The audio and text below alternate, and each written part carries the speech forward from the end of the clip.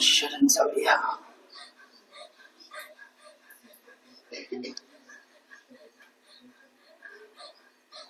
तेरे गीत गाऊं, तेरे संग रहूं मैं, पाऊं मैं जीवन का आनंद तुझ में प्रभु।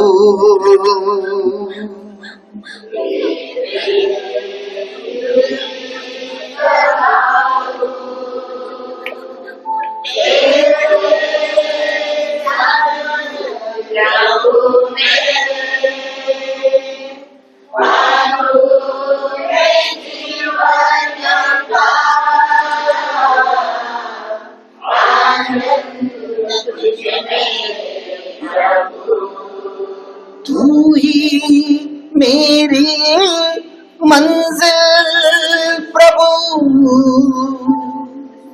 तू है मेरा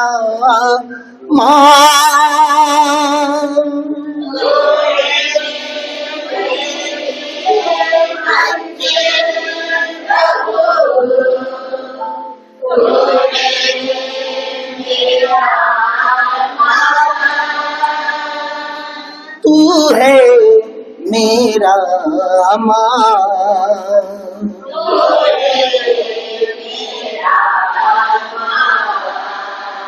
तेरे गीत गाऊं, तेरे संग रहूं मैं, पाऊं मैं जीवन का आनंद तुझ में प्रभु।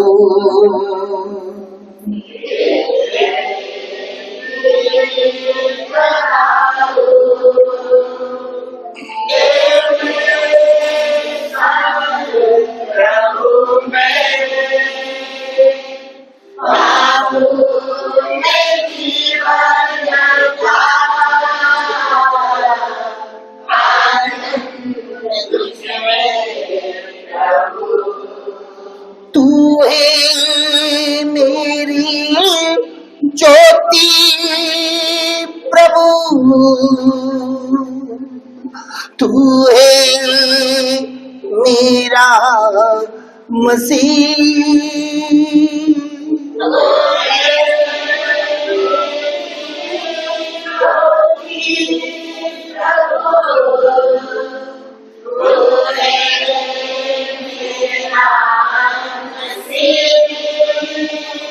तू है मेरा मसीह,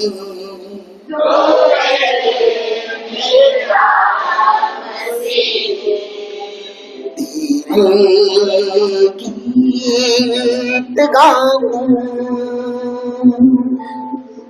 तेरे संग रहूं मैं, पाऊं मैं जीवन का आनंद तुझ में प्रभु।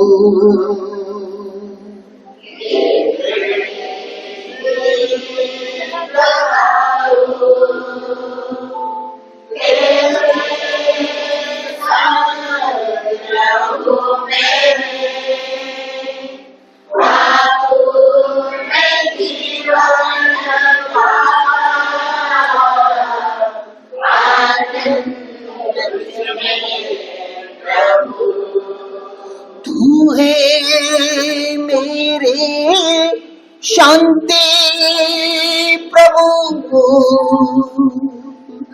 तू है मेरा नाम,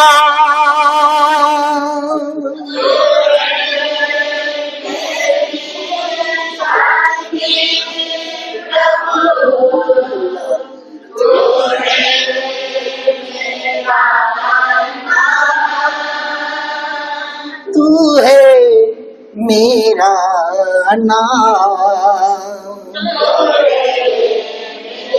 तुम्ही हात वर करा आपल्याला. हाली हालेलुया, हाली हालेलुया, हाली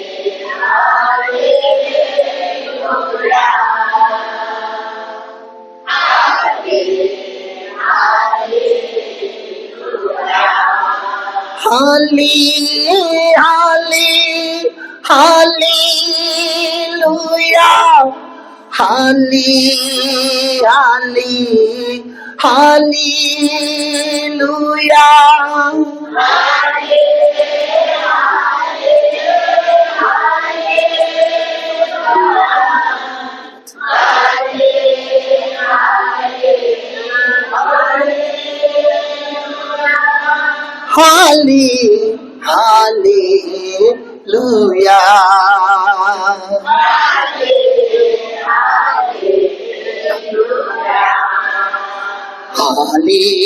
हालेलुया, हालेलुया, हालेलुया, हालेलुया,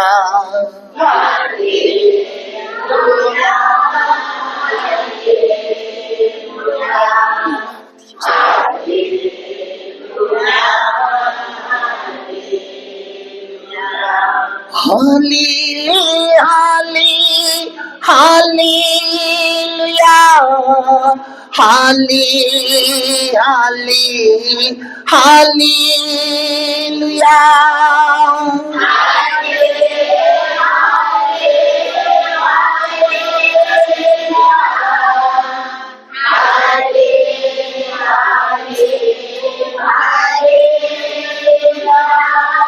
हाली हालेलुया,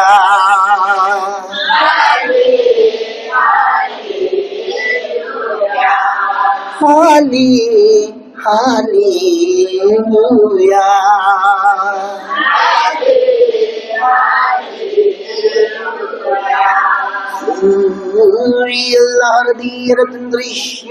कारादी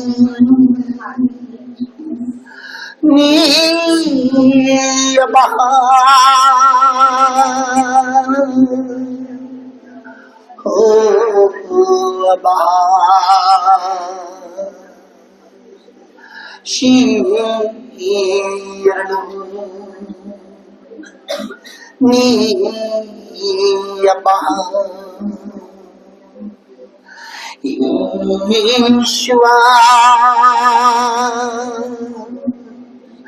ईश्वा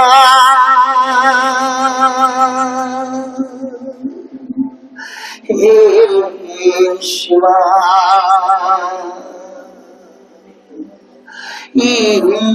ईश्वा, hallelujah hallelujah hallelujah hallelujah, hallelujah,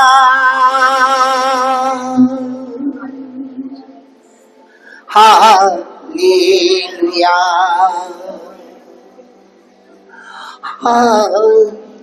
hallelujah,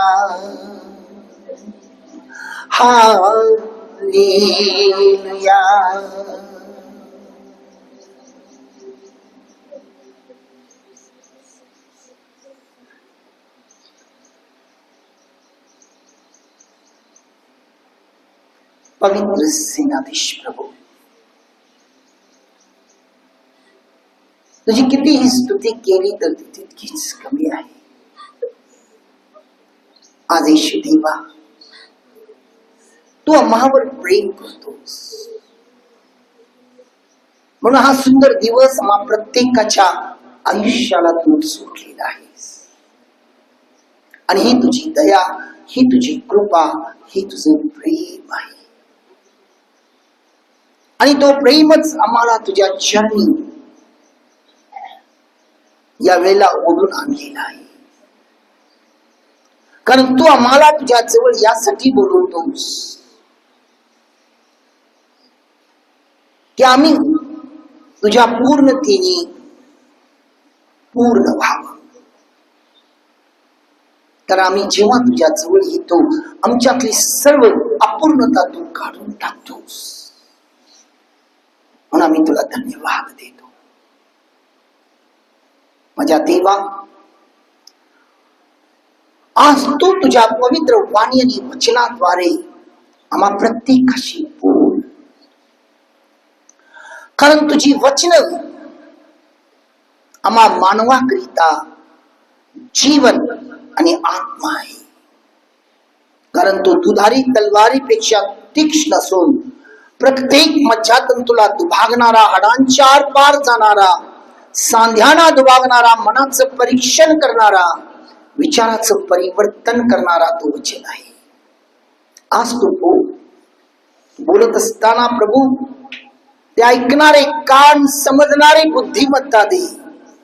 हे समजत असताना त्याप्रमाणे वागणं, चालणं, राहणं आणि त्या विश्वासामध्ये वाढून या जगामध्ये येशूदेवा तुझं साक्षी बनण्याकरिता जो अभिषेक तो आम्हाला दिलेला आहे त्याचा अनेक पटीने आमच्यामध्ये वाढ आणि वाढ होत जाते. यापुढील सर्व वेळ येशूदेवा मी तुझ्या हाती देतो, तो तुझ्या आत्म्याच्या सामर्थ्याने चालव. आमेन, आमेन आणि amen. Hallelujah, hallelujah, hallelujah, hallelujah, hallelujah, hallelujah, hallelujah, hallelujah, hallelujah. Pranav आजचा मननासाठी परमेश्वर देवानी जो शास्त्र भाग दिलेला आहे ते आपण वाचूया. पहिलं करंदीकराचं पत्र त्याचा 11वा अध्याय आणि 27 पासून 33 पर्यंत हे वचन मी वाचत असताना तुम्ही तुमच्या शास्त्र भागामध्ये बघा. आणि जर कोणाकडे शास्त्र नसेल तर कान देऊन ऐका, कारण आजचा जो शास्त्र भाग आहे खूप महत्वाचा आहे. जसं परमेश्वर या 3 आठवडे झाले, 3 रविवारी खूप महत्वाच्या गोष्टी आपल्या समोर तो आणत आहे. Hallelujah, hallelujah, hallelujah, hallelujah. सर्वांना मिळालं? म्हणून जो कोणी अयोग्य प्रकारे ही भाकर खाईल अथवा प्रभूचा प्याला पिईल तो प्रभूचे शरीर व रक्त या संबंधाने दोषी ठरेल. म्हणून माणसाने आत्मपरीक्षण करावे आणि मग त्या भाकरीतून खावे व त्या प्यालातून प्यावे. कारण त्या शरीराचे मर्म ओळखल्याशिवाय जो खातो व पितो तो खाण्याने व पिण्याने आपणावर दंड ओढावून घेतो. तुम्हामध्ये पुष्कळ जण दुर्बळ व आजारी आहेत आणि बरेच निद्रेत आहेत. याचे कारण हेच, आपण आपला न्याय निवाडा केला असता तर आपल्यावर दंड ओढवला नसता.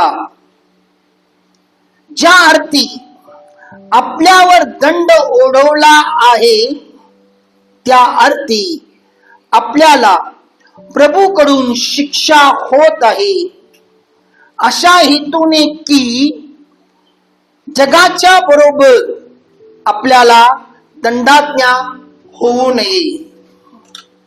म्हणून माझ्या बंधूंनो, तुम्ही भोजनास एकत्र जमतात तेव्हा एकमेकाची वाट पहा. परमेश्वर वाचलेल्या या वचनावर आशीर्वाद देऊ. Hallelujah, hallelujah, hallelujah, hallelujah, hallelujah. पण गेल्या रविवारी प्रभू परमेश्वर आपल्याशी बोललेला आहे. काय बोललेला आहे? हा, जागे राहा. काय म्हटलेलं आहे? जागे राहा. आणि त्याच्या आदल्या रविवारी तो काय बोलला?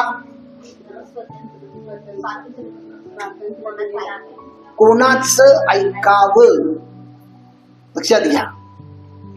त्याच्या आधी काय म्हटलेलं आहे? कोणाचं ऐकावं? आत्म्याचं काय? जगाचं. आणि त्यानंतर तो म्हणतो सावध राहा. आणि आजच्या या वचनामध्ये परमेश्वर देव जे प्रभूचं शरीर व रक्त या संबंधाने तुम्ही दोषी आहात का? बघा, प्रभूचं शरीर व रक्त या संबंधाने तुम्ही दोषी आहात का, हा प्रश्न करत आहे. पहिल्यांदा तुम्हाला मी हे सांगू इच्छितो की ख्रिस्त जे विश्वासू आहे ते 5 खांबावर उभे आहे. काही मंडळीमध्ये 6 आहे, काही मंडळीमध्ये 7 खांब आहेत. आता हे 5 खांब आहे काय? त्याच्यावर हा पूर्ण ख्रिस्ताचं जो विश्वास आहे ते उभा असतो. त्यातला पहिला जो खांब आहे त्याला संस्कार म्हणतात. इंग्लिश मध्ये त्याला सॅक्रिमेंट म्हणतात. काय म्हणतात? इंग्लिश मध्ये सॅक्रिमेंट आणि मराठीत काय म्हणतात? संस्कार. संस्कार म्हणतात. आता हा संस्कार काय आहे? पहिला जो संस्कार आहे तो बाप्तिस्मा. आणि दुसरा जो संस्कार आहे तो प्रभू भोजनाची विधी. बघा, आता काही मंडळीमध्ये जर त्यांचं लहानपणी जर बाप्तिस्मा झालेला आहे, अज्ञान असताना त्यांची जबाबदारी घेतला जातो, त्याला गॉड फादर गॉड मदर म्हणतात, ते दिलं जातं. जर त्यांचे आई वडील अचानकपणे वारले, मुलं लहान असताना त्यांना आध्यात्मिक मार्गदर्शन कोण करणार, त्यासाठी त्याला गॉड फादर गॉड मदर दिलेला असतो. आणि त्या मंडळीमध्ये त्याला दुसरा जो संस्कार म्हणजे दुसरा संस्कार जो आहे प्रबोधन, आणि त्यानंतर त्याला दृढीकरण म्हटलेलं आहे.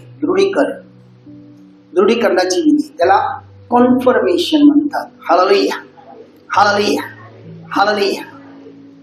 तिसरी जी ही तिसरी विधी काही ह्याच्यामध्ये पाळतात. काही लोक जे पुढून बाप्तिस्मा घेतला जातो, कारण सज्ञान होऊन जेव्हा त्यांचा बाप्तिस्मा होतो 18 वर्षानंतर, ते सज्ञान आहेत, त्यांच्यामध्ये हा संस्कार पाळला जात नाही दृढीकरणाचा. आणि जो नियमाने जो 4था संस्कार आहे त्याला लग्नविधी म्हणतात. लग्नाचा संस्कार, होली मॅट्रिमोनी म्हणतात त्याला. हा एक काय आहे? विधी आहे, संस्कार आहे. आणि त्यानंतर जो 5वा जो संस्कार येतो, किती झालं? 4 झालं ना.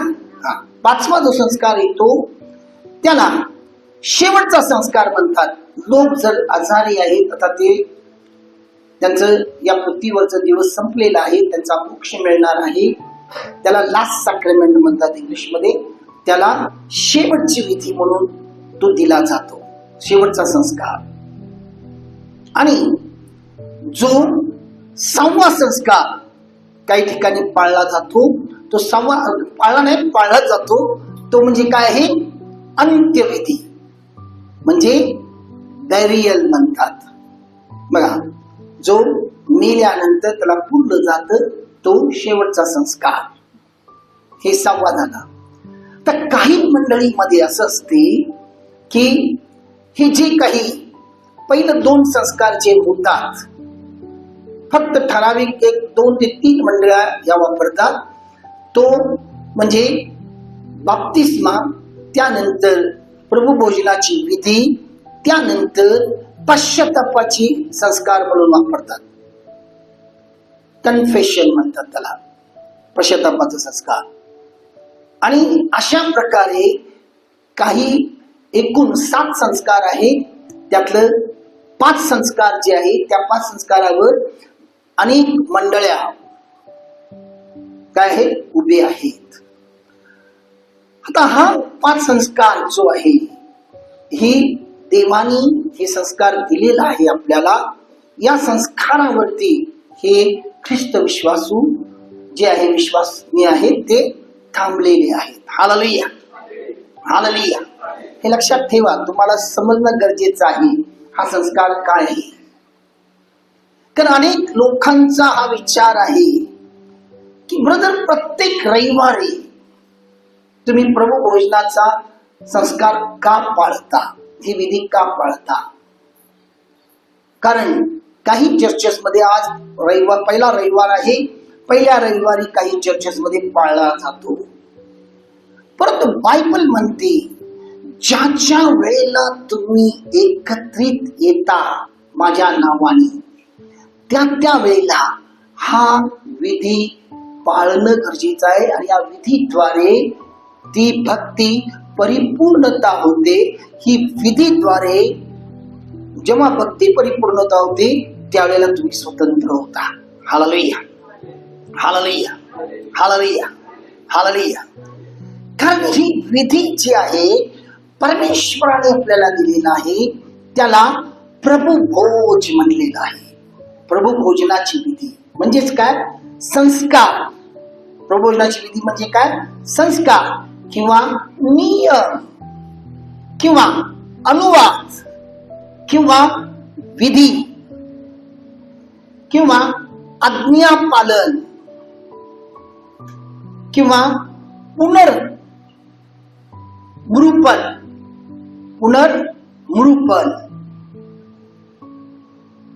आणि हा जो विधी आपल्याला प्रभू येशू ख्रिस्ताने दिलेला आहे. कोण दिलेला आहे?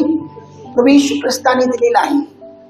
म्हणून संत या विधीचं पालन करत असताना तो विधी जो कोणी पाळतो किंवा जो कोणी त्या विधीमध्ये भाग घेतो तो कसा असावा याबद्दल तो पहिलं करंथीकराचं पत्र 11 अध्याय 27 ते 33 मध्ये आपल्याला स्पष्ट केलेला आहे. कारण जो कोणी अयोग्यरित्या ही विधी पाळेल तो स्वतःहून काय करतो, दंड उडून घेतो. Hallelujah, hallelujah. जो कोणी अयोग्यरित्या ही विधी पाळेल तो स्वतःहून काय करतो, दंड उडून घेतो. Hallelujah, hallelujah, hallelujah.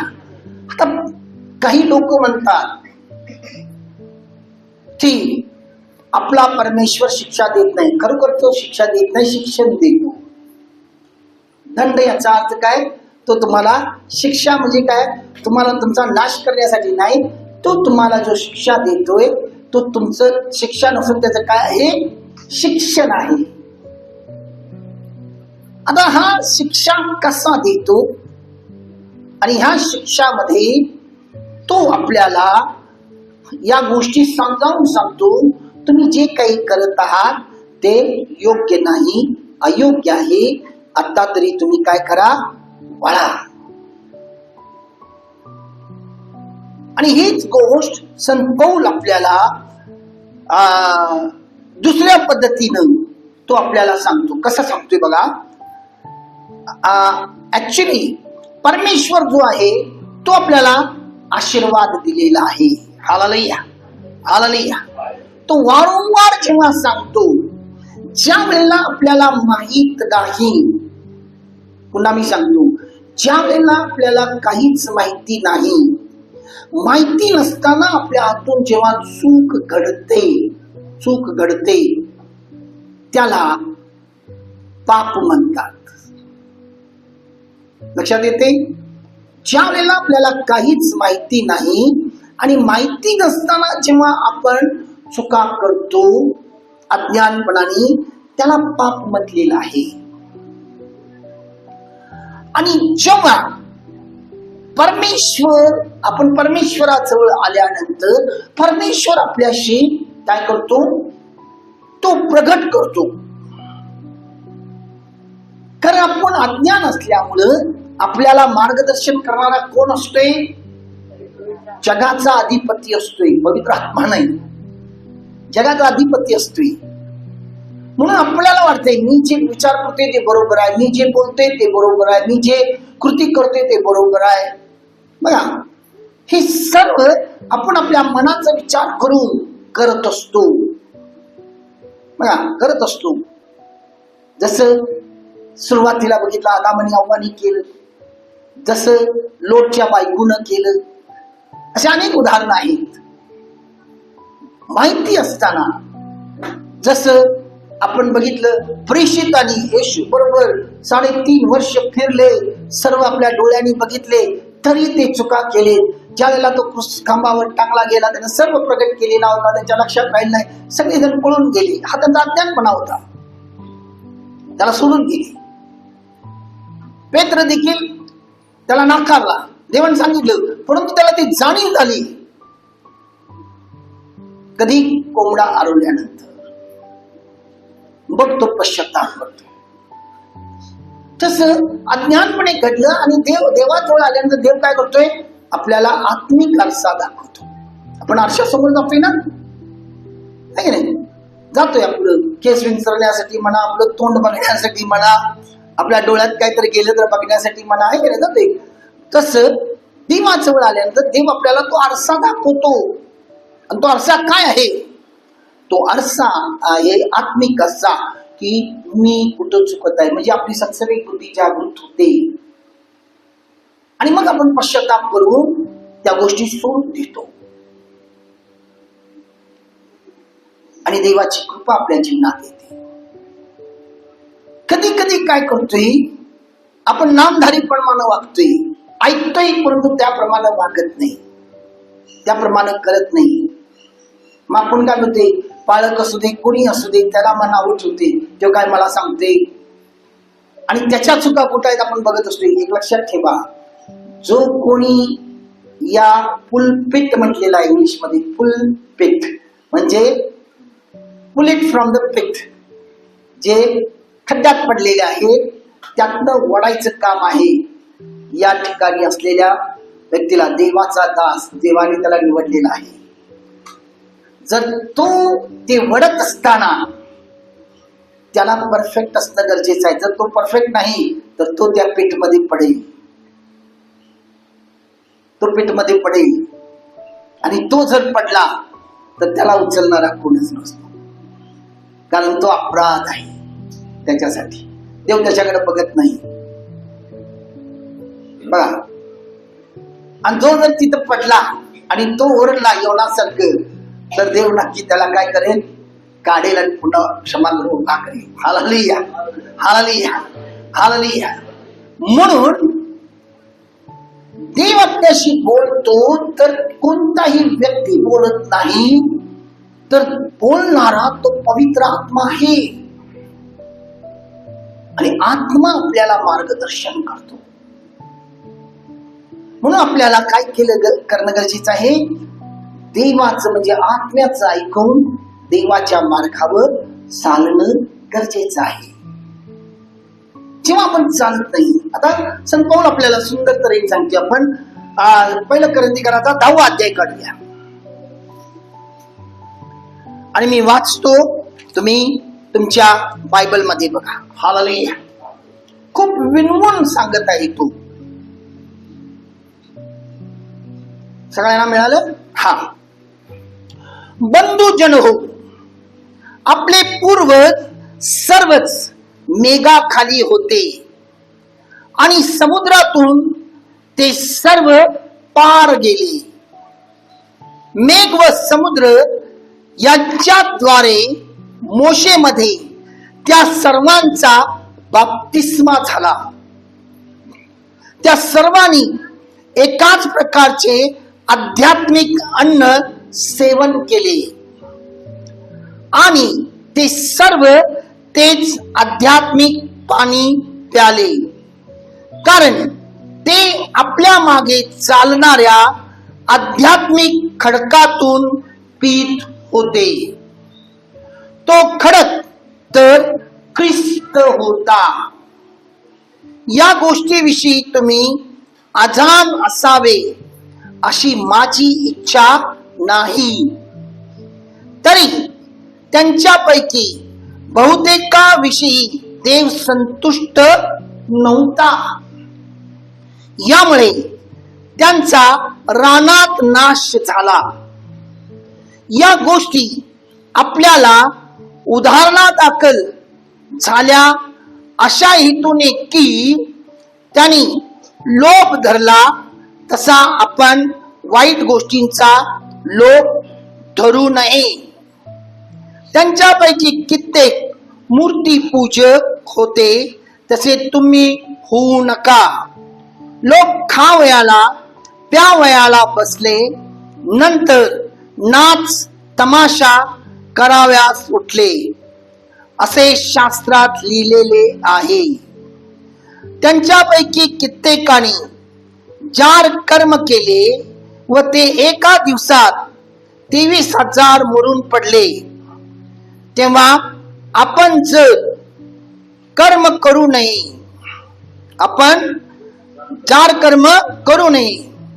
त्यांच्यापैकी कित्येकाने प्रभूची परीक्षा पाहिली आणि ते सापाच्या योगे नाश पावले. तेव्हा आपण प्रभूची परीक्षा पाहू नये.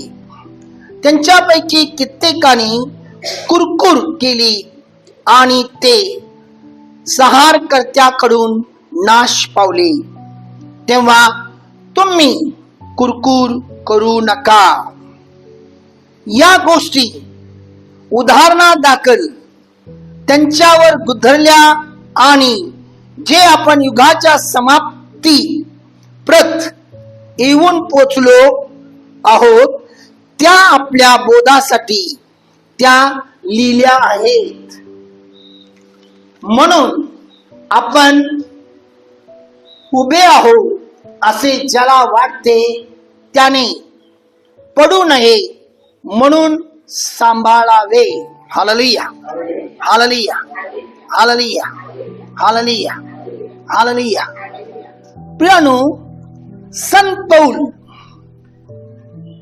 जे इस्रायल जुन्या करारात म्हणजेच जे देवाची निवडलेली, देवाची वेगळं केलेली, देवाची राखून ठेवलेली जी लोक होती,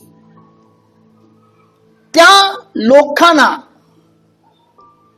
कसं ते देवाच्या कृपेतून बाहेर गेले आणि कसा त्यांचा नाश झाला, किंवा जो जुना चर्च आहे ज्याला अर्ली ख्रिश्चन्स म्हणतात, त्यांच्या जीवनामध्ये जे झालेलं आहे त्या इतिहासाद्वारे तो क्रांतिकाराच्या मंडळीला जागृत करत आहे. आणि आज त्याच अध्यायातून परमेश्वर आपल्या सर्वांना जागृत करत आहे. Hallelujah, hallelujah, hallelujah, hallelujah. तर बघा, जागृत करत आहे कारण त्या लोकांनी ज्या वेळेला परमेश्वर दे आपल्या सर्वांना माहिती आहे अद्भुत चिन्ह आणि चमत्कार करून इजिप्त राष्ट्राच्या गुलामगिरीतनं त्या 6 लाख कुटुंबाला सोडवलेला होता. किती? 6 लाख कुटुंब होत. कुटुंब लक्षात घ्या. आणि त्या 6 लाख कुटुंब ज्या वेळेला त्यांना दे त्या गुलामगिरीतनं काढून त्यांना आशीर्वादाच्या देशात, ज्याला दुधामधाचा देश म्हटला जातो, त्या देशात त्यांना स्वतंत्र असं देश देण्यासाठी नेत असताना ते वाटेमध्ये प्रभूच्या विरुद्ध ज्या गोष्टी त्यांनी केलेल्या आहेत ज्याला पाप नाही अपराध म्हटलेले आहे बायबलमध्ये. Hallelujah, hallelujah. आणि तो 5 जो अपराध आहे, तो 5 अपराध आपण आता वाचलं त्या 6व्या वचनात आहे बघा. लोक, मूर्तीपूजा, जार कर्म किंवा परमेश्वराची परीक्षा पाहणं आणि परमेश्वराबद्दल कुरकुरणे आणि अशा प्रकारे जे त्यांनी पाप केले, अशा गोष्टी करून, ते अपराध करून परमेश्वराला दुखवलेले आहेत. काय केलेले आहेत? दुखवलेले आहेत. आणि परमेश्वराला दुखवल्यामुळं ते 6 लाख कुटुंबामध्ये सर्वजण त्या दुधामादाच्या देशामध्ये गेलेले नाही. जे परमेश्वराबरोबर खऱ्या अंतकरणाने चालले, ते म्हणजे कालेब आणि यहोशुवा या जे होते, ही मंडळी कुठे गेलेली आहेत? दुधामदाच्या देशात गेले. Hallelujah, hallelujah, hallelujah, hallelujah. तर प्रियानो, आज संत पौल आपल्याला या इतिहासाद्वारे तो आपल्याला जागृत करत आहे. आता आपल्याला आत्मपरीक्षण केलं पाहिजे. मीही जे काही त्या लोकांनी केले तेच मीही आज करत आहे काय?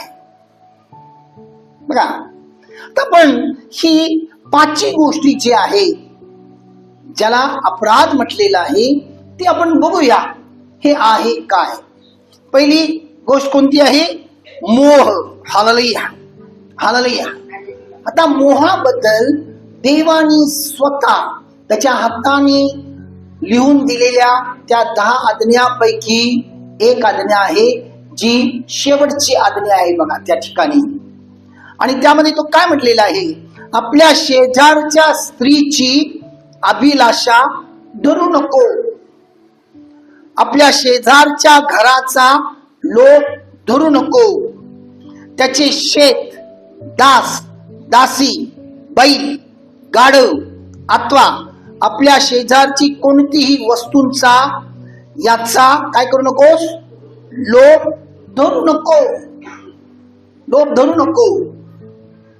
आज जर आपण बघितलं एकंदरीत, बघा, या लोभामध्ये सर्वच जण गुंतलेला आहे. आणि हे घडणार यासाठी आधीच देवाने या गोष्टी प्रकट केलेल्या आहे.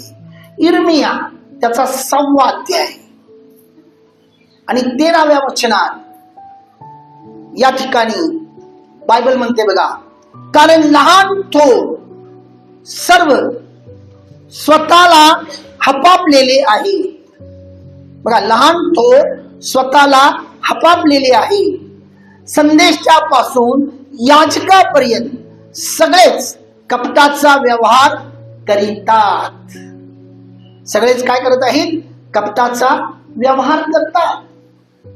नंतर नीतिसूत्र त्याचा 1ला अध्याय आणि 19व्या वचनामध्ये पुन्हा बायबल म्हणते बघा, जो धनाचा लोभ धरणाऱ्या सर्वांची गती अशी आहे, जे धनाचा लोभ धरतात त्या सर्वांची गती अशी आहे, ते आपल्या मालकाचा जीव घेतो.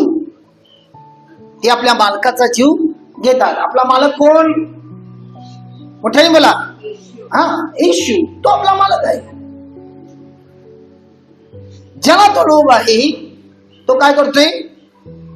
येशूला क्रूसावर टांगतो. आता बघा, पुन्हा प्रेषित पौल म्हणतो यासाठी. प्रेषित पौल काय म्हणतो बघा. प्रेषित पौल म्हणतो, मी कोणाच्या सोन्याचा, रूपाचा किंवा वस्त्राचा लोभ धरलेला नाही. म्हणून तो संत पौल म्हटला जातो, त्याला साधू पौल म्हटला जातो. त्याला अनेक नाव आहेत, लक्षात ठेवा. साधू पौलही त्याला म्हणतात, संत पौल म्हणतात. बघा, तो ख्रिस्तानंतरचा संदेश आहे, ख्रिस्ता बरोबरचा नाही. म्हणजे ख्रिस्त या जगात असताना तो त्याचा शिष्य नव्हता, ख्रिस्तानंतर तो शिष्य झालेला आहे आणि त्यांनी स्वार्था पूर्ण जगामध्ये पसरवली. हालेलुया. आणि पूर्ण जगाच्या लोकांपर्यंत, कारण तो योहान 3:16 पूर्ण करतो. Hallelujah, hallelujah, hallelujah, hallelujah. आता दुसरी गोष्ट आपण बघूया, मूर्तीपूजा. मूर्तीपूजेबद्दल म्हटलेलं आहे. याच्याबद्दल खूप सुंदर निर्गम 20:4 आणि 5 मध्ये म्हटलेलं आहे, आपल्यासाठी कोरी मूर्ती करू नको किंवा कोणत्याही प्रकारचा देखावा करू नको, त्याच्यावरती काय करू नको, त्याची पूजा अर्चना करू नको, हे सगळं झालेलं आहे. परंतु मूर्तीपूजेबद्दल संत पौल पुन्हा खूप सुंदर गोष्टी सांगतो, ते आपण वाचूयाच. 1 कोरिन्थीकराचा 6 अध्याय काढा.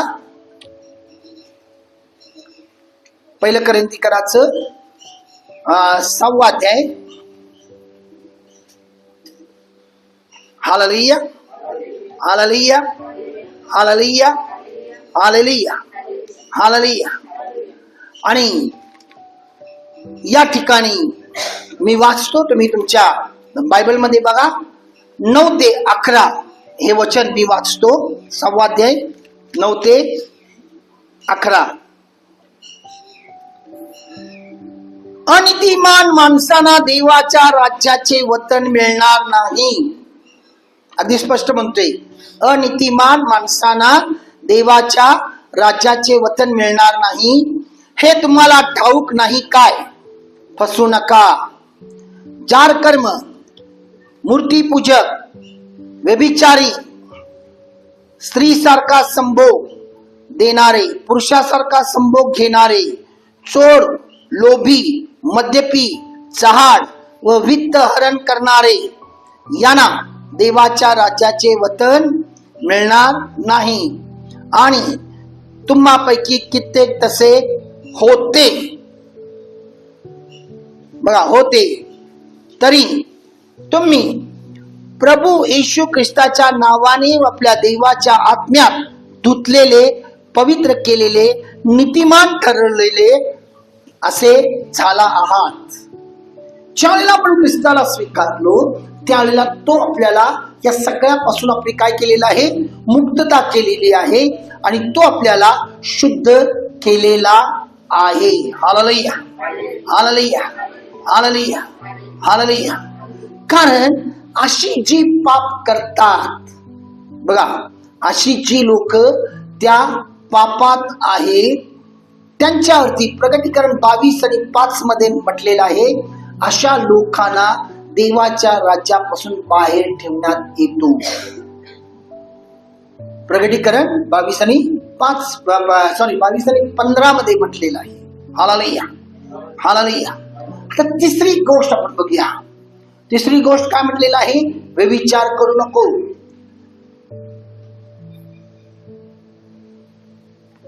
आणि हे देखील परमेश्वराने आपल्याला दिलेली 10 आज्ञापैकी एक आहे. बघा, हालेलुया.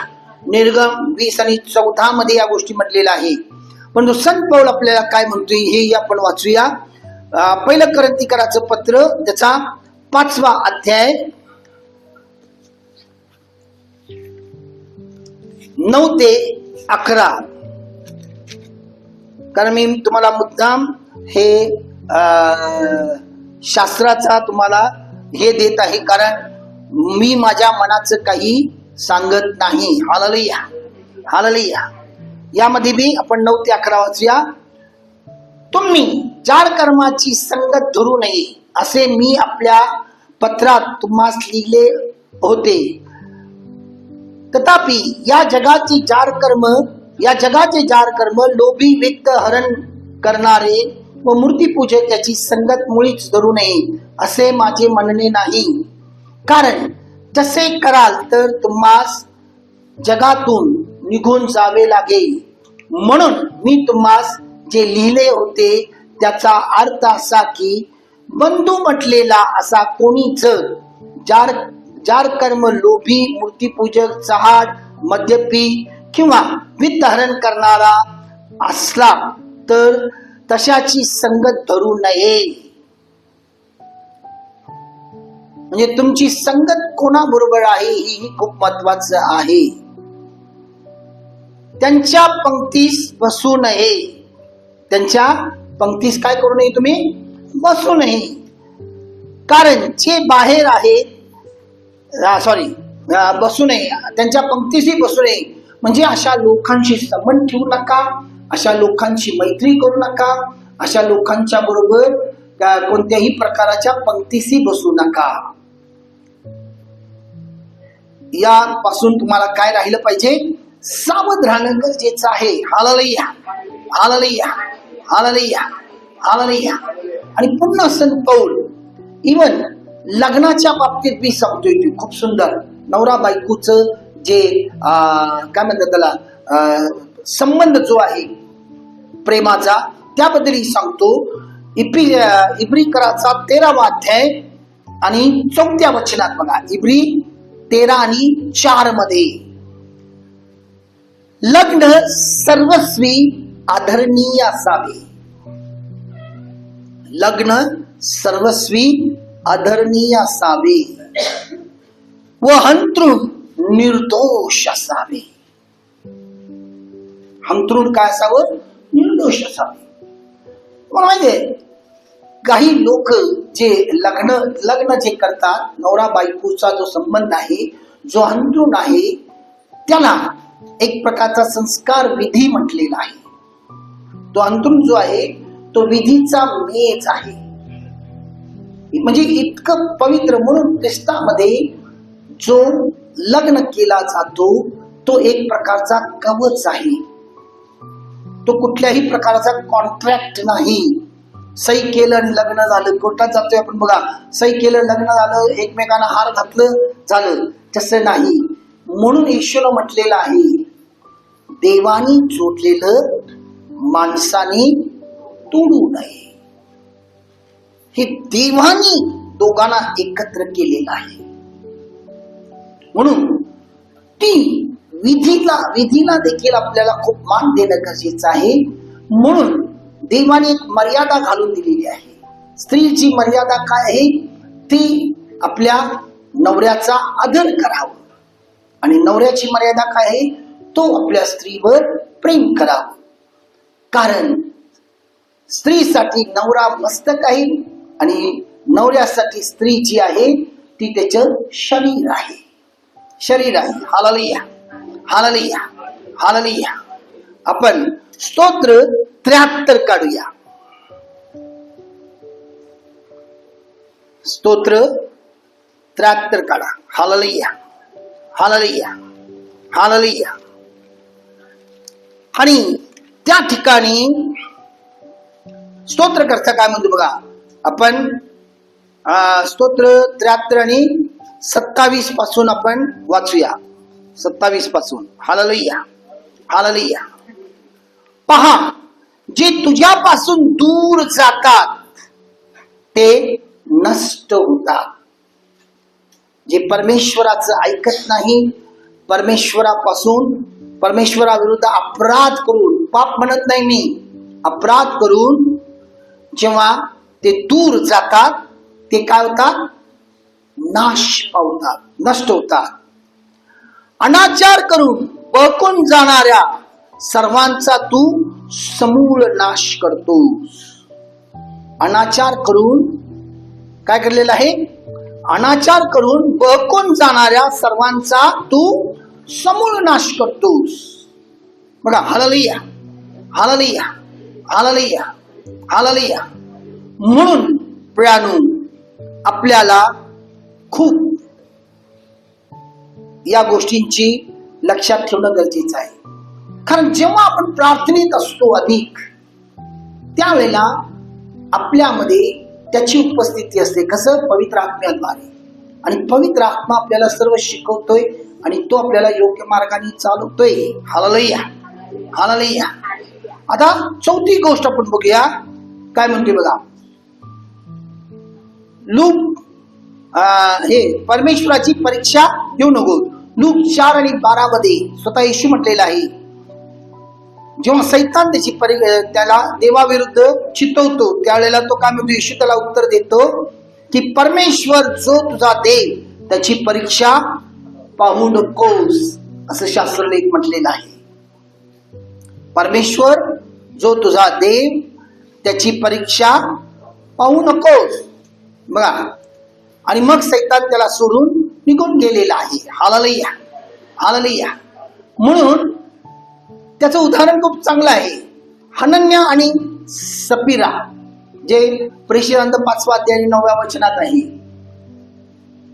त्यांना कोणीही मागत नाही. पूर्वीचे जे ख्रिस्ती होते त्यांच्याकडे जे काही आहे ते सगळं विकायचे, आणि जो लीड करतो तो त्या मंडळीचा पालक आहे किंवा कोण आहे त्याच्याकडे सगळं त्यांनी संपत्ती आणून द्यायचं, आणि कोणाला काही कष्ट होत असेल, कोणाला काही कमी पडत असेल तर ते सगळे वाटून ते जगत होते. हालेलुया.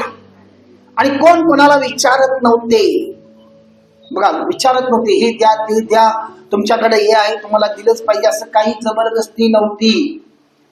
आणि हनन्या आणि सफीरानं काय केलं, त्यांनी स्वतः त्यांची जागा आहे ते विकून देवाला देण्यासाठी सगळं तयारी केली, आणि ते विकतात. सैतान त्यांच्या मनाला धरते, आणि ते देताना काय करतात ते तुम्हाला सगळ्यांना माहिती आहे ते काय कसं देतात, आणि त्यामुळे त्यांचा काय झालेला आहे, नाश झाला.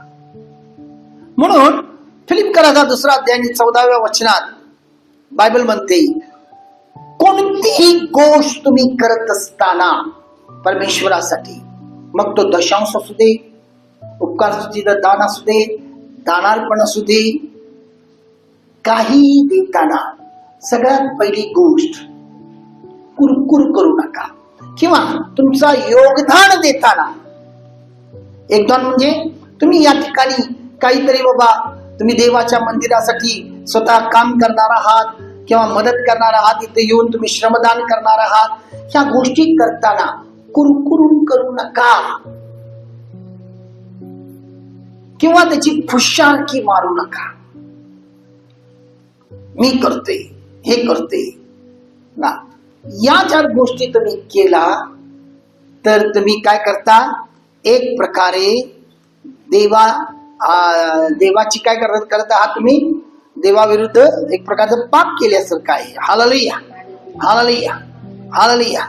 म्हणून अगदी शेवटची गोष्ट या ठिकाणी सांगितलेलं आहे, परमेश्वराबद्दल कुरकुर करू नको.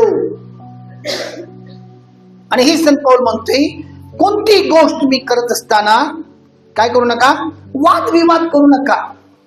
मीच एवढं का करावं, बघा, मीच काय नेहमी झाडावं, मीच काय नेहमी पुसावं, मीच काय नेहमी साफसफाई करावं, मीच येऊन पाणी भरून ठेवावं, हे असं होते ना. अनेक गोष्टी आहेत. मीच का करावं, काही वेळेला असं येते लोकांच्या मनात, मी स्तुती करतो म्हणून सर्व तिथं चालतंय, मी वाजवते म्हणून मी चालते, हॅलो, किंवा मी एवढा दानार्पण देतोय, मी एवढं ही करतोय. बघा, हे मी या गोष्टी बाजूला ठेवा, कारण मी देवासाठी काही देऊ शकत नाही, काही करू शकत नाही. जे काही करतोय तो देव माझ्याकडनं करून घेतोय, ही त्याची कृपा, त्याचा आशीर्वाद, त्याचं प्रेम आहे. आणि जेव्हा तुम्ही स्वतःला नम्र व्हाल, बघा, त्यावेळेला देवाची कृपा तुमच्या जीवनामध्ये काय करेल, कार्य करायला सुरुवात करेल. Hallelujah, hallelujah, hallelujah, hallelujah, hallelujah, hallelujah. बघा, देवाची कृपा तुमच्या जीवनात कार्य करायला सुरुवात करेल. कारण देताना बी तुम्ही जर हा विचार करून देताय, देताना म्हणा करताना, तर प्रियानो, देव तुमचा आदर करणार नाही. म्हणून येशू त्या दानार्पणाच्या वेदीजवळ बसलेला होता. लोक दानार्पण देण्यासाठी येत होते, आणि येशू सगळ्यांचं बघत होता. काय बघत होता, किती देतात हे बघत नव्हता, कसं देतात हे बघत होता. ज्या वेळेला त्या ठिकाणी गरीब विधवा महिला येते आणि ती जेव्हा देते, त्यावेळेला येशू आनंदाने म्हणतो शिष्याना, हिचं जे दान आहे ते सर्वात काय आहे, श्रेष्ठ दान आहे, मोठं दान आहे. म्हणजे त्या विधवेचा दानाचा तो आदर केलेला आहे.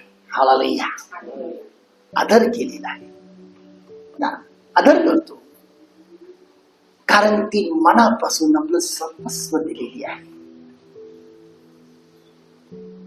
आणि देव आदर केला. हॅलो, देव आदर केला. विचार करा, तुम्ही देवाच्या नजरेत आदरणीय झाला तर तुम्ही किती भाग्यवान आणि आशीर्वादित आहात. आपण एक स्तोत्र वाचूया, स्तोत्र 106 काढा. मी वाचतो आणि तुम्ही बघा. 24 ते 27 या वचनामध्ये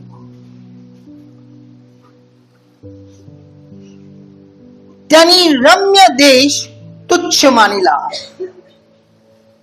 त्यांनी त्याच्या वचनावर विश्वास ठेवला नाही.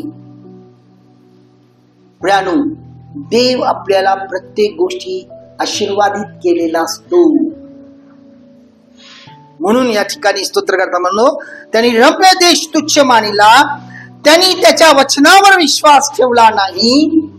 त्यांनी आपल्या तंबूत कुरकुर केली, परमेश्वराचा शब्द मानला नाही. तेव्हा त्याने आपला हात वर करून त्यांच्याविषयी शपथ वाहिली की मी त्यांना रानात खाली पाडी, त्यांची संतती राष्ट्रात विक्रीन, त्यांना देशोधडीस लावी. बघा, देव प्रियानो आपल्याला सर्व दिलेला असतो. आपल्याला फक्त विश्वास ठेवून त्याच्याबरोबर चालायचं आहे. कारण जी देवाबरोबर जेव्हा आपण चालतो त्यावेळेला आपल्या जीवनामध्ये आशीर्वादाचा रेलचेल होत असतो. लक्षात घ्या, बरकतीचा रेलचेल होत असतो, बुद्धीचा रेलचेल होत असतो, प्रगतीचा रेलचेल होत असतो. व्यवसाय असेल तर ते वाढत जाते. बघा, बरकतीवर बरकत मिळते, कामावर प्रमोशन्स मिळतात. ह्या सगळ्या गोष्टी देव आपल्याला देतो. आणि हे सर्व तो यासाठी देतो की आपण त्याच्याशी प्रामाणिक आणि एकनिष्ठ राहावं. हालेलुया. त्या ठिकाणी आपण कुठंतरी भयकून जाऊ नये. हे सर्व मी केले, मी मिळवले, माझ्यापासून होत आहे, माझ्यापासून घडत आहे. आणि मग तो तुम्हाला काय करेल, रानात पाडेल. म्हणजे काय, अशी वेळ तुमच्यावर येईल. रानामध्ये काय असते, काहीच नसते. एकदम तुम्हाला ना पिकाऊ जमीन बनवून टाकेल. म्हणजे तो देतो. याचा अर्थ असा नाही तो दिला म्हणून तुम्हाला मिळालेला आहे आणि म्हणून तुम्हाला अधिक त्याच्याबरोबर एकनिष्ठ आणि प्रामाणिक राहणं गरजेचं आहे. म्हणून मी बघतोय अनेक देवाचे सेवक जे पडले, त्याचं कारण हेच आहे. आणि या गोष्टीची मला खूप भीती असते. लक्षात ठेवा, माझ्या रोजच्या प्रार्थनेत मी देवाजवळ हेच मागतो की प्रभू मला काही नको, मला फक्त तू हवा आहेस. म्हणून या जगाशी मला समृद्ध होऊ देऊ नकोस. आता ही सर्व देवाने यातून आपल्याला वाचण्यासाठी, ही आपल्याला स्मरण राहावं म्हणून हा संस्कार दिलेला आहे, जो आपण प्रभू भोजचा जो विधी पाळतो, म्हणजे संस्कार पाळतो, हा संस्कार दिलेला आहे.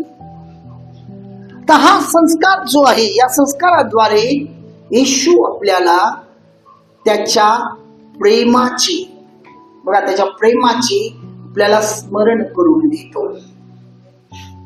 तर हा विधीद्वारे आपण कसं परिपूर्ण होतो हेही आपण बघूया.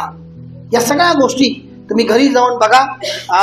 योहान 6 मध्ये खूप सुंदर तऱ्हेने सांगितलेलं आहे. पण आपण काही वचन मी वाचतो, तुम्ही बघा आपण कसं परिपूर्ण होतो या विधीद्वारे. आणि प्रत्येक आठवड्याला या विधीद्वारे आपण आपण एक माणूस आहोत. जगामध्ये गेल्यानंतर आपण भरकटतो, काय होतं, भरकटतो आणि आपल्याकडून अनेक प्रकारच्या चुका होतात. तरी ख्रिस्ताची कृपा आपल्या जीवनात कशी आहे मी वाचतो. तुम्ही तुमच्या बायबलमध्ये बघा, 13 पासून हे 53 पासून शेवटपर्यंत मी वाचतो. हा, यावरून येशू त्यांना म्हणाला, मी तुम्हाला खचित खचित सांगतो, तुम्ही मनुष्याचा पुत्राचा देह खाल्ला नाही व त्याचे रक्त प्याला नाही तर तुम्हामध्ये जीवन नाही. जो माझा देह खातो व माझे रक्त पितो त्याला सार्वकालिक जीवन प्राप्त झाले आहे. कोणतं जीवन? सार्वकालिक जीवन प्राप्त झाले आहे. आणि मीच त्याला शेवटल्या दिवशी उठवीन. कारण माझा देह खरे खाद्य व माझे रक्त खरे पेय आहे. जो माझा देह खातो व माझे रक्त पितो तो माझ्यामध्ये राहतो. जो माझे देह खातो व माझे रक्त पितो तो कुठं राहतो? माझ्यामध्ये राहतो व मी त्याच्यामध्ये राहतो. जसे जिवंत पित्याने मला पाठविले आणि जसा पित्यामुळे मी जगतो तसे जो मला खातो तोही माझ्यामुळे जगेल. स्वर्गातून उतरलेली भाकर हीच होय. जे आपण भाकर आहे तो घेतो ते काय आहे? स्वर्गातून उतरलेली येशूचं शरीर आहे. आता ही प्राणो जोपर्यंत त्याच्यावरती पवित्र आत्म्याचा कृपा उतरत नाही तोपर्यंत ती भाकर येशूच्या शरीरामध्ये रूपांतर होत नाही. लक्षात ठेवा, ज्या वेळेला तो पवित्र आत्मा उतरतो त्यावेळेला ती भाकर येशूच्या शरीरामध्ये रूपांतर होते. ते द्राक्षरस जो आहे ते येशूच्या रक्तामध्ये रूपांतर होतो. ज्यावेळेला हा अधिकार देवानी याजकाला दिलेला असतो आणि तो जेव्हा देवाजवळ मागतो त्यावेळेला ते उतरते तिच्यामध्ये. एक लक्षात ठेवा, तुमच्या पूर्वजांनी भाकर खाल्ली ज्याला मान्ना म्हणतात तरी ते मेले. हे तसे नाही. ही भाकर जो खातो तो सार्वकाळ जगेल. तो काय करेल? सार्वकाळ जगेल. Hallelujah, hallelujah, hallelujah. तर बघा, तर या ठिकाणी येशू त्याच्या शरीर आणि रक्ताचं हे शिक्षण देत आहे आणि यालाच नवा करार म्हटलेला आहे. काय म्हटलेला आहे? नवा करार. जुना करार तो वेगळा होता आणि नवा करार हा वेगळा आहे. म्हणून नवा करार काय? जेव्हा तुम्ही विश्वास ठेवता येशूवर त्यावेळेला तुम्ही काय आहात? तुम्ही येशूमध्ये एक नवी निर्मिती आहात. नवी निर्मिती आहात म्हणजे देव किती आपल्यावर प्रेम करतो. लक्षात घ्या, हा विधी किती विश्वासणाऱ्यासाठी महत्वाचा आहे. आणि हे विधीचं पावित्र्य काय? हे विधी कुठलाही प्रसाद नाही. मला एकदा एक व्यक्तीने विचारलं, ब्रदर हे तुम्ही प्रसाद फक्त तुमच्या ख्रिश्चन लोकांनाच का देता, आम्हाला का देत नाही? हॅलो, हा प्रसाद नाही. हा जे 5, 6 आणि 7 जो संस्कार आहे त्या संस्कारामधला ही दुसरं संस्कार आहे. दुसरा संस्कार आहे. लक्षात घ्या, संस्कार. आणि हा संस्कार खूप महत्वाचा आहे विश्वासणाऱ्यासाठी.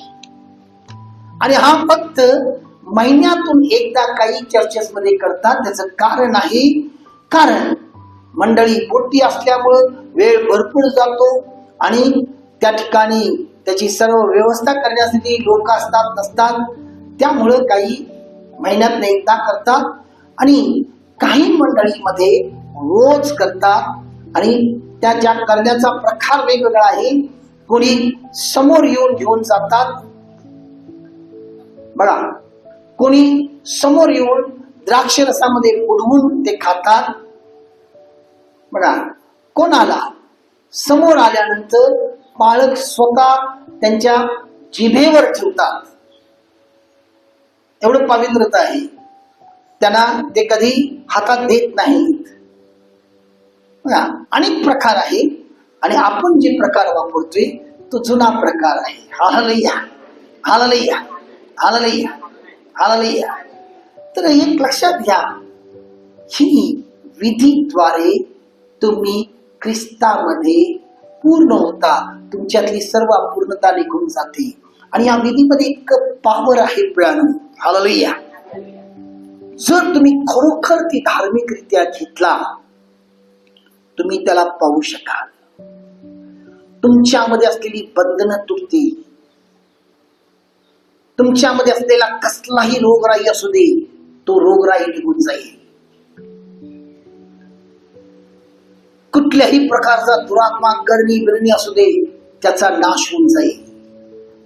कारण तुम्ही त्या जिवंत ख्रिस्ताला या विधीद्वारे तुमच्या जीवनामध्ये घेता. हालेलुया. जिवंत ख्रिस्ताला घेता. त्याच्यामध्ये इतकं पावर आहे. लक्षात ठेवा, मी लहान असताना या गोष्टींचं आम्हाला शिक्षण मिळालेलं होतं. एका पालकाकडे ही विधी कशी पाळावी आणि त्याचा मी मनापासून पालन करत होतो. या विधीद्वारे मी ख्रिस्ताला अनेक वेळेला पाहिले नाही, तुम्हाला प्रकट झाले नाही. हालेलुया. आताही माझ्या शरीरामध्ये शहाळ येतात. या विधीमध्ये एवढं पवित्रता आहे. मी अनेक चर्चेस मध्ये या विधीला मला बोलवलेले होते. संदेशासाठी मी गेलो, बघितलं त्या ठिकाणी या विधीचा खरोखर एक प्रकारचा अपमान करून घेतल्यासारखं घेतात. काही ठिकाणी तर असं असते, ही विधी चालू असते, अगदी शेवटच्या क्षणी येतात कोणतरी आणि ते भाकर वाटून पुढाले, इकडे गेले गेले, मला नाही मिळाली ती. हे काय आहे? मला खूप दुःख वाटते. मी त्यांच्या त्या मंडळीच्या पालकाला म्हणजे काय काय म्हटलं, तो बाहेर नाही येतोय. काही लोक ती घेतात आणि बाहेर जाऊन ते तंबाखू काढतात. असा अरे काय, ह्या विधीत माहितीच नाही ना. हे पाप आहे. म्हणून त्यांची अवस्था बघा कशी आहे त्या लोकांची. मग पालकांना काही असं का, ते म्हणतात काय करायचं, किती समजावून सांगते, ऐकत नाही लोक. सांगायला गेलं तर आमच्या अंगावर येतात. म्हणजे पालखामध्ये तो काय नाही आहे, पावर नाही आहे.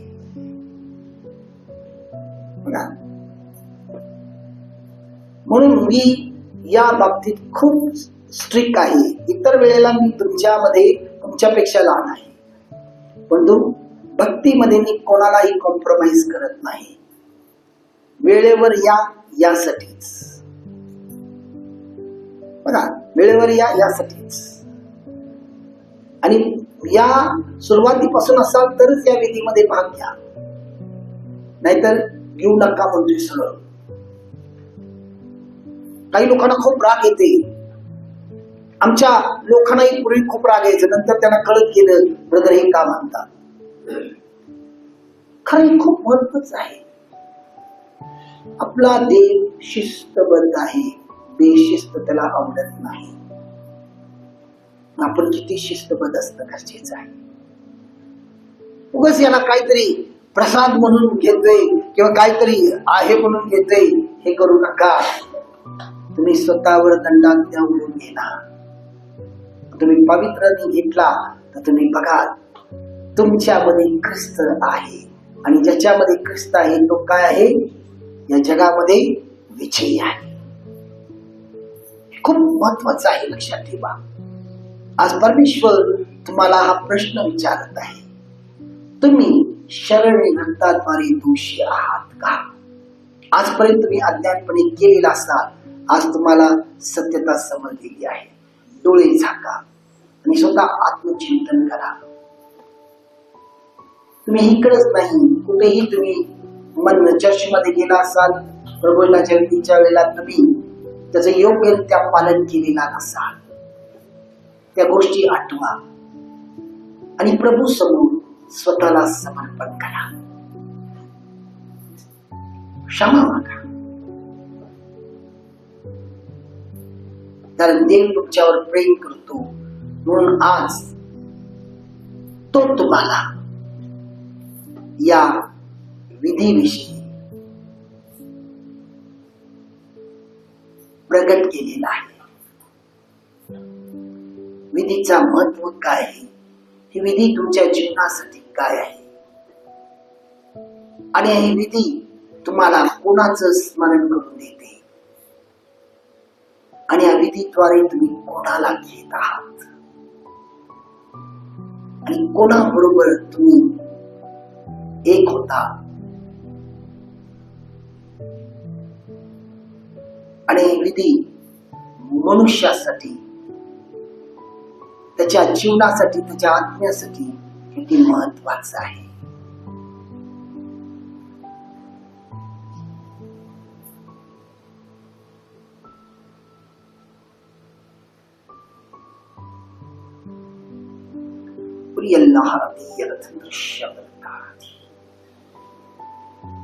या वेळेला आपण सर्वजण उठून उभं राहूया.